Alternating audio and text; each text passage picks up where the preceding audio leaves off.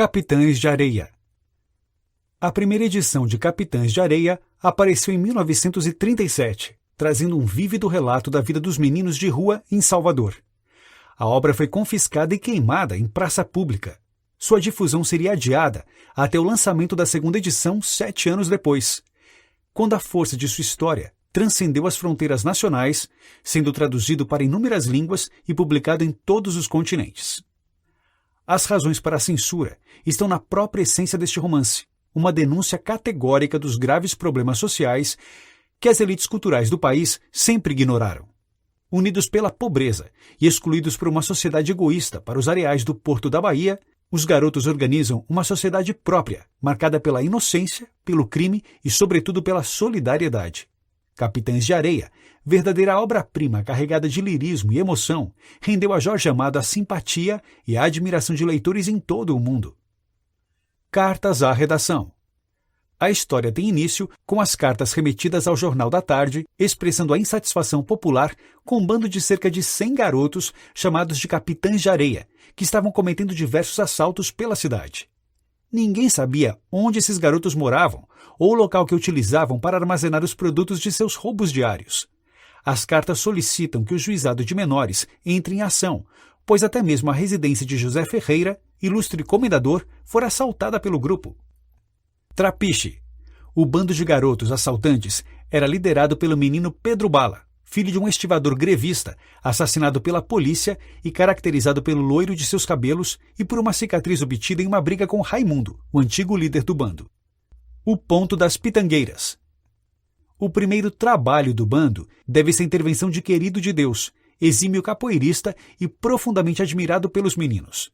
Pedro Bala reúne João Grande, o maior entre eles, e defensor inconteste das crianças menores, e Gato, o mais belo entre os rapazes, jogador obstinado e cafetão. A operação consiste em adentrar uma residência e trocar embrulhos sem serem pegos, o que é realizado com grande sucesso, o que anima a todos. As luzes do carrossel. Os garotos, sem pernas, deficiente físico que guardavam ódio visceral contra todos os policiais, e Volta Seca, que sonha em se alistar ao bando de Lampião, auxiliam Nhozinho, proprietário de um carrossel que acabara de chegar à cidade. Ambos ajudam a montar o brinquedo e depois chegam a utilizá-lo, colocando-se em contato com um pequeno vislumbre de uma infância que nunca poderiam ter. Docas. Em um bar, Pedro Bala encontra João de Adão. O amigo lhe conta os eventos que sucederam com seu pai, que acabou sendo assassinado em uma revolta. A similaridade com o destino de seu próprio pai o impressiona. Ao deixar o bar, Pedro Bala encontra uma menina e os dois se encaminham para uma praia, a fim de brincarem juntos.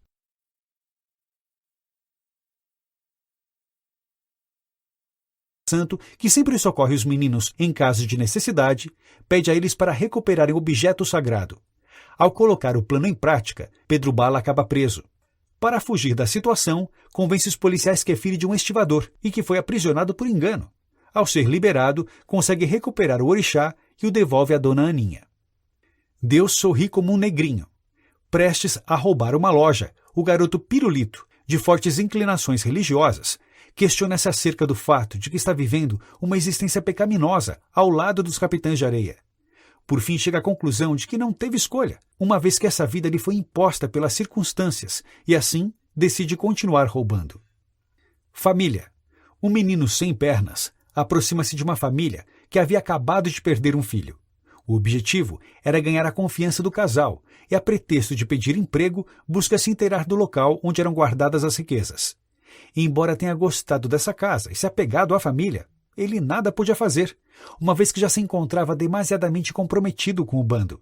Depois de ter ajudado a roubar todos os itens de valor da casa, foge de volta ao esconderijo com o coração dividido.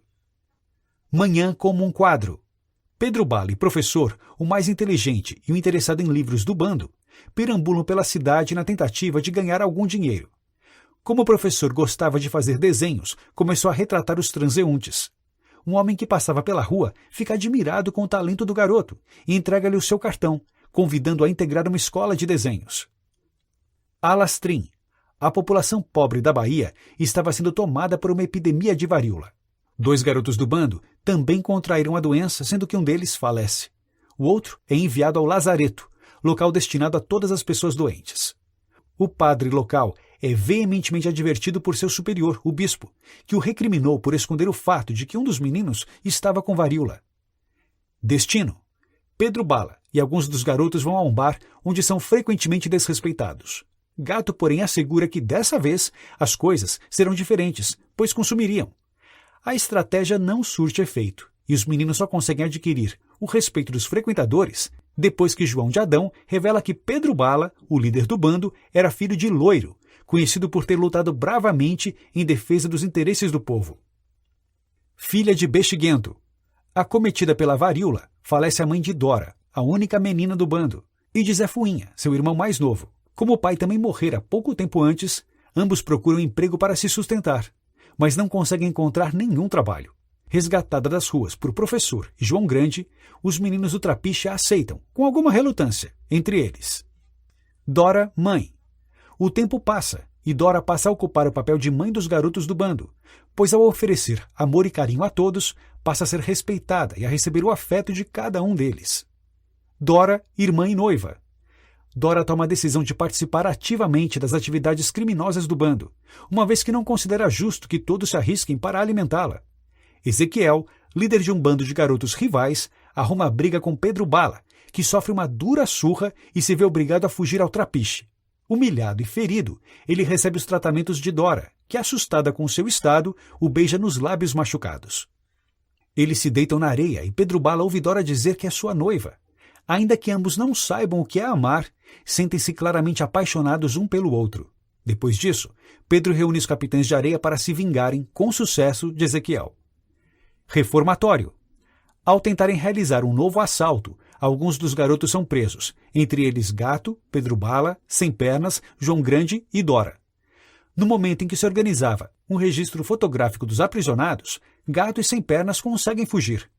Dora é conduzida a um orfanato e Pedro Bala é levado ao reformatório, onde permaneceu durante dias, confinado a um espaço minúsculo, sem receber quase nada de água e comida. Em seguida, é transferido a uma cela superlotada. De dentro do reformatório, ele consegue entrar em contato com os garotos de seu bando, que providenciam uma corda para sua fuga, que se concretiza durante a noite. Sua fuga é noticiada pela imprensa. Orfanato. Após sua fuga do reformatório, o líder dos capitães de areia busca encontrar Dora no orfanato.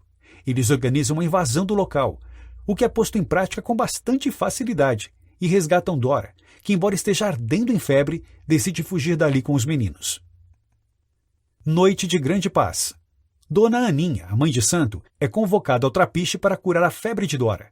Enquanto ela trabalha com os guias espirituais para livrar a menina dos males que a acometem, uma grande paz reina no esconderijo dos capitães de areia. Dora, esposa. Dona Aninha não consegue curar Dora, que chama Pedro Bala para junto de si.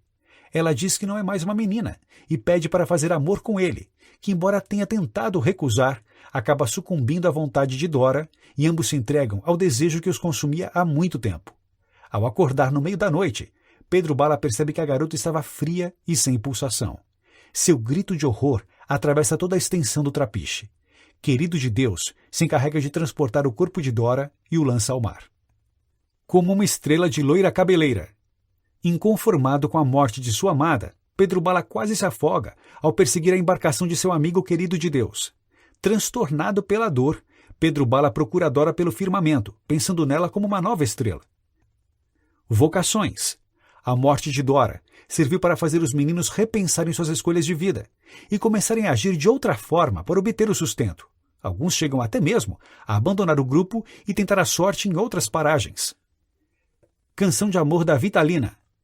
Um dos últimos crimes praticados pelos capitães de areia consiste em um roubo na residência de uma solteirona abastada, única herdeira de uma família extremamente rica. Na rabada de um trem, Volta Seca e Gato também deixam o bando.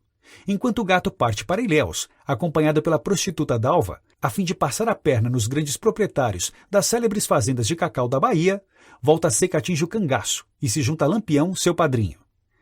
Como um trapezista de circo. Durante um roubo, Sem Pernas é perseguido por policiais. Encurralado, sobe a um muro e de lá se joga, preferindo morrer do que se entregar aos homens da lei. Notícias de jornal. Uma série de reportagens conta as histórias dos garotos que saíram do grupo, como Volta Seca, Gato e Professor, que se torna famoso na capital federal a partir de uma exposição de quadros aclamada pela crítica. Companheiros. Um grupo de trabalhadores deseja desencadear um movimento grevista. Temendo a existência de furos no movimento, os grevistas chamam os capitães de areia para ajudarem a reprimir os dissidentes. Os atabaques ressoam como clarins de guerra. Após a vitória do movimento grevista, o estudante que contatou o bando continua visitando os meninos no trapiche. Com o passar do tempo, Pedro Bala se dá conta de um chamado interior, algo superior ao furto de objetos em prol da sobrevivência.